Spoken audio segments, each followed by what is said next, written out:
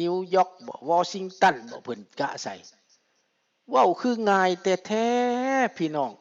เจ้าไปแตะอเมริกานั่นมันลุ่มเหยียบเจ้ารถใดอเมริกานั่นมันบ่ได้ว่าลิ้นๆเด้เยอรมันนั่นน่ะแม้นสิตีรัสเซียบ่ได้แต่อเมริกาเฮ็ดนี่นะเจ้าสิฮู้สึกดอกลองเบิ่งเด้อคันเจ้าอยากฮู้นั่นเจ้าใหญ่เท่าใดอเมริกาแห่งตีง่ายพี่น้องอันมันยากที่อเมริกาบ่เฮ็ดหนักมันน้อยโพดนั่นแหละคันมันใหญ่น่ะมันง่ายหยังวะเห็นบ่บ่แม่นเฮามาย่องอเมริกาดอกพี่น้องแต่ความจริงรัสเซียมีเรือลบในทะเลลำเดียวก็บ่ทันสมัยพี่น้องอเมริกามีเป็น20พี่น้องเนะเรือใหญ่ๆนะมีเป็น10 20พี่น้องเรือ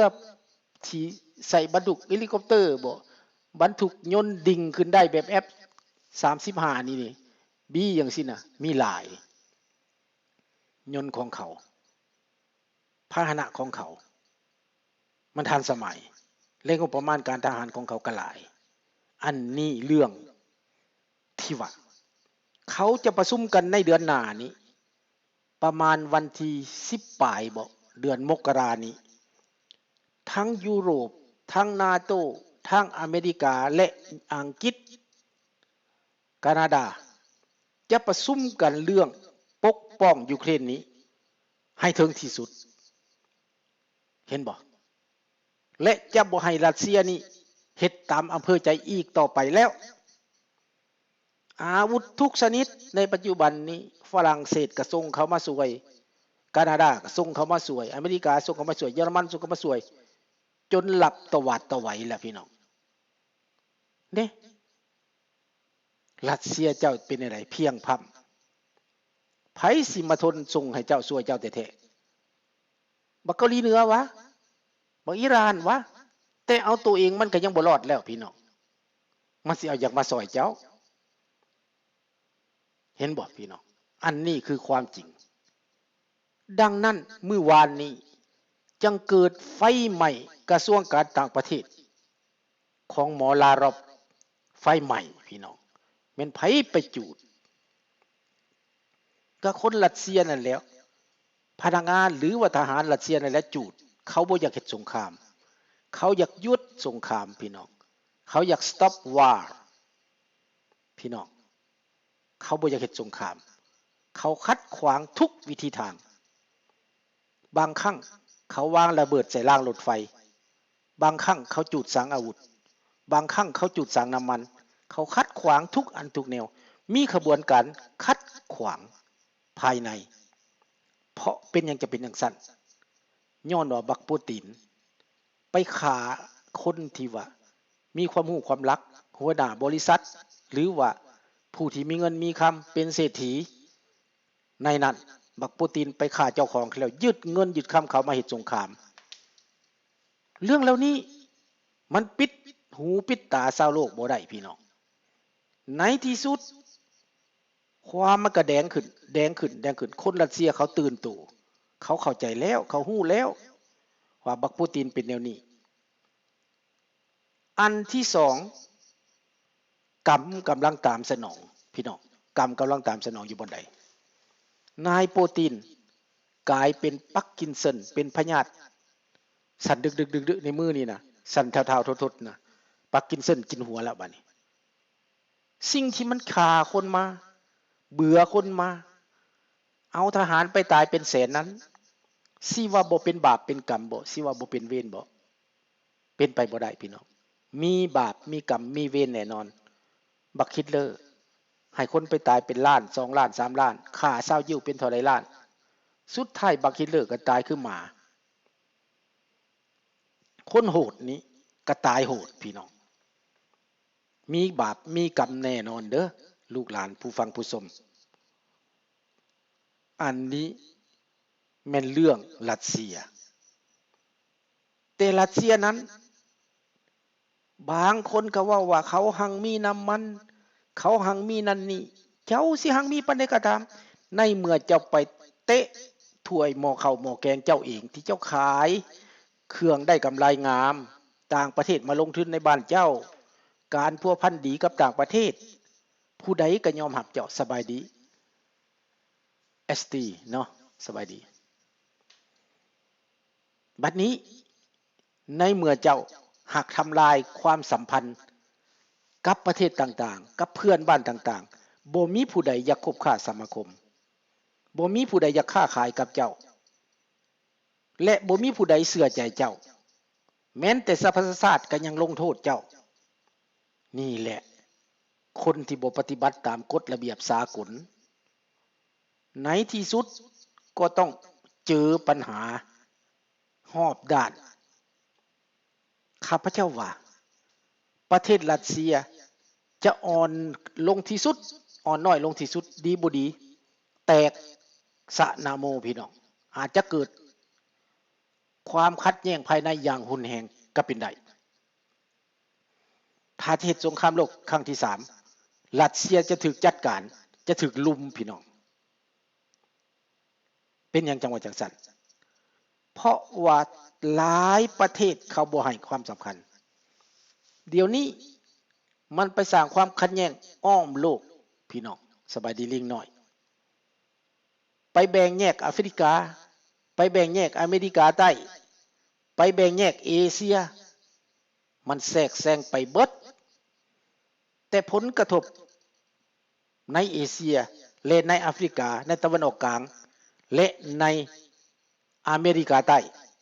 แม่นมาจากลัทธิคอมมิวนิสต์จีนและรัสเซียสนับสนุนพี่น้องแต่ในที่สุดอเมริกาใต้ตอนนี้ก็เหลือแต่ประเทศเวเนซุเอลาก็เกือบถอยแล้วบ่ไปแล้วบ่เอาแล้วลัทธิคอมมิวนิสต์นั้นมักนี่เป็นแก้วเด้อบักลำโมบายนี่นะเพิ่นว่าจมอยู่ผู้เดียวเพิ่นว่ามักนี่มันแก้วเด้อส่งทางมันก่อนคนสัวมันก็สัวเลยพวกนี้นะจัดการมันโลดบักลำโมบายนี่ ดังนั้นพี่น้องในเมื่อว่ารัสเซียเป็นแนวนั้นแล้วเผด็จการพวกนี้มันเป็นแนวนั้นแล้วข้าพเจ้าว่ารัสเซียเสียโอกาสที่จะเติบใหญ่ขยายตัวให้มันทันอเมริกาเสียโอกาสย้อนตัวเองแทนที่จะผูกมิตรสัมพันธ์ค้าขายไปมาหาสู่เป็นหนึ่งเดียวลดผ่อนความขัดแย้งมีมิตรภาพที่ดีมันบ่ยอมมันอยากเป็นเผด็จการแบบบ่ได้สนใจโลกทางโลกผู้ใดก็บ่เห็นดีนำมันเรื่องเหตุสงครามอันนี้อินเดียเขาก็บ่เอาจีนเขาก็บ่เอาผู้ใดก็บ่เอาแม้แต่ตุรกีก็บ่เอาดังนั้นหมอรัสเซียปูตินนี้จึงลงยากแหละหาทางลงยาก1เป็นคนบ่ยอมเสียเปรียบอยู่แล้วไผสิตายคนตายนี่หลายแสนคนหลายหมื่นคนแล้วเป็นแสนกว่าแล้วแต่มันบ่มีสื่อพี่น้องทหารยูเครนนี้เขามีสื่อประจำตัวหมดบัตรประจำตัวทุกคนสบายดีอามิโกแต่ทหารรัสเซียที่มานั้นบ่มีสื่อประจำตัวบ่มีฮอดบัตรบ่มีฮอดสื่อฮอดเสียงและตายไปคนยูเครนสบายท่านผู้ชม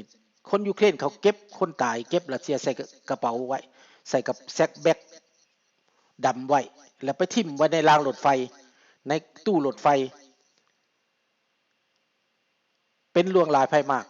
แต่บ่มีคนมาทวงเอาซากศพในนั้นมีทั้งทหารบักกาดิรอบทหารวักเนอร์และทหารรัสเซียแต่บ่มีชื่อเสียงน้อยนักถ้าแม่นทหารคนมาจากเผ่าอื่นนั่นมีอยู่มาจากพวกโกซักบ่เมืองหยังนี่นะเขาก็ถือกระเป๋ามีรูปมีชื่อ แต่ทหารวักเนอร์และทหารเชเชนบ่มีสื่อส่วนหลายทหารรัสเซียเกณฑ์มาหันก็บ่มีสื่อตายแล้วบ่ฮู้จักว่าแม่นไผบ่มีสื่อมีเสียงเขามีเจตนาจะปิดบังเขาจะแจ้งประชาชนหรือแจ้งพ่อแม่ว่าหายสาบสูญเฉยๆบ่ได้เว้าว่าตายในสงครามว่าหายสาบสูญ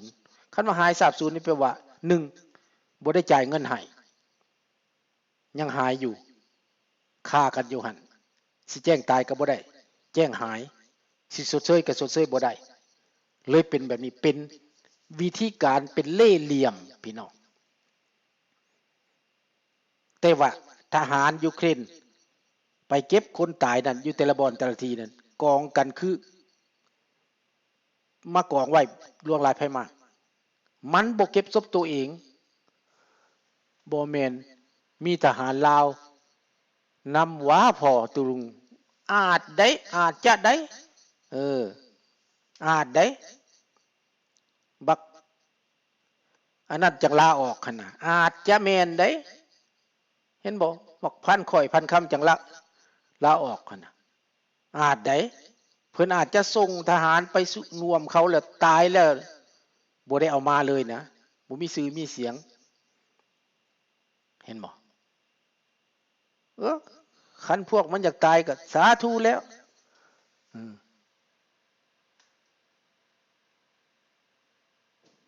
แม่นแล้ว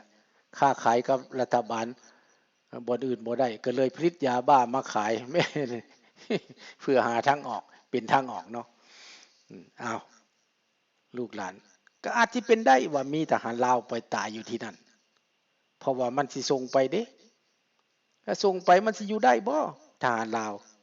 มันบ่ตายลูกปืนมันก็ตายหนาวพอแห้งแล้วเพราะมันบ่เคยผ่านประเทศหนาวขนาดลุงสุนทราอยู่ในประเทศหนาว 3-40 ปีมาน่ะลุงยังบ่มักอยู่ในนอกนี่บ่เกิน2ชั่วโมงได้พี่น้องหนาวมึดตีนแข็งมือแข็งได้พี่น้องในหิมะนะถ้าลงไปอยู่ในหลุมมันแห้งเย็นบาดนี้ถ้ามันเปียกมีเหือแห้งเย็นตีนคักตีนขาดแน่นอนพี่น้องระวังเจ้าคนเมืองฮ้อนจะสิไปอยู่ได้วะเมืองหนาวจะทนไหววะข้าพเจ้านี่ไปอยู่ประเทศนั้น20-30 ปีแล้วยังบ่มักขนาดเครื่องนุ่งนี่ดีที่สุดได้เสื้อก็มีแบตเตอรี่ไฟฟ้าใส่พุ่นน่ะข้าพเจ้านะ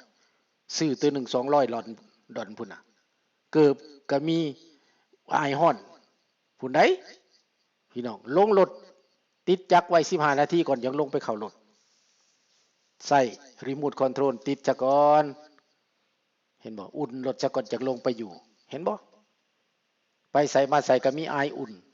ในรถมันยังอยู่ได้แล้วเจ้าไปจากประเทศลาวน่ะสิฮู้ขี่มาประแดกไปซังไปทนหนาวได้บ่จะตายหนาวหั่นแหละพี่น้องแม่นนั่นแหละถ้ามันแม่นคนลาวไปตายก็สิแม่นมันบ่ใส่สื่อเนาะ เก็บศพบ่มีสื่อคนตายแปลกประหลาดทหารรัสเซียตายคือหมามื้อนี้ข้าพเจ้าไปเบิ่งกองลีลอนอยู่ก็บ่มีไผเก็บศพมันปบปะศพทิ่มศพทิ่มหมู่ทิ่มเพื่อนกันเองคำว่าทิ่มก็บ่ได้เพราะว่าอันแม่นหยังโดรนหั่นไล่ล่าอยู่ไปทิ่มย้อนใส่หัวอยู่ปุ๊บเท่าใดก็แฮงไล่อยู่จักมาแต่ไสตกมาแต่ไสอันลูกยอดนั่นก็ได้ลูก60ย้อนลงมาน่ะตายแล้วมันปบเป็นตายอีตนลังเถือกก็ได้ทั้งล่มทั้งผุบทั้งคานก็ยังทิ่มใส่อยู่อันผู้ทิ่มก็ได้จำเป็นแล้วมันเป็นศัตรูเด้พี่น้องเห็นบ่แล้วรัสเซียจะเกณฑ์ทหารมาอีกเป็นล้านสิพากันมาตายเด้แต่ทหารยูเครนนั่นเขาพอแล้วเขามี2ล้าน3ล้านแล้วทหารเขานั่นมีแต่อาวุธเท่านั้นที่ขาดเขาก็ได้มาเต็มแล้วเซเลนสกี้ยิ้มเลยเดี๋ยวนี้นะบ่ได้น่าเศร้าเลยได้เดี๋ยวนี้เพราะว่าได้เต็มอัตราศึกได้จากไสแหนได้จากอเมริกาได้จากเยอรมันได้จากฝรั่งเศสได้จากแคนาดาได้จากญี่ปุ่นเกาหลีอิสราเอลโอ้ได้มาจากหลายประเทศพี่น้องได้มาจากนาโต้ได้มาจากยุโรปปืนมีแต่ทันสมัยทั้งนั้น ทหารยูเครน